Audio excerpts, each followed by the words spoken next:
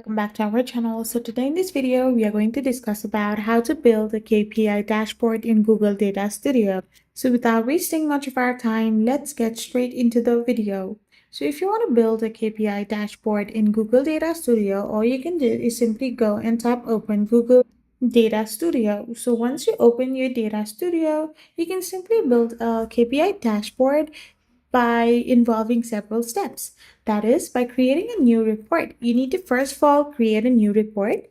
After you have done this, you need to connect your data source by clicking on Add Data. Once this is done, you need to define and add your KPI scorecards and simply visualize your KPI trends with charts.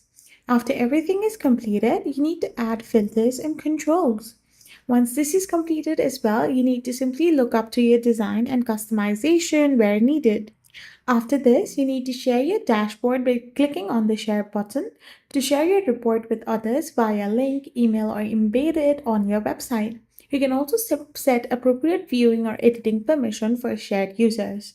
I hope you found this video helpful, so don't forget to hit that subscribe button and do give us a thumbs up. We will be back again with more informative videos. Thank you for watching.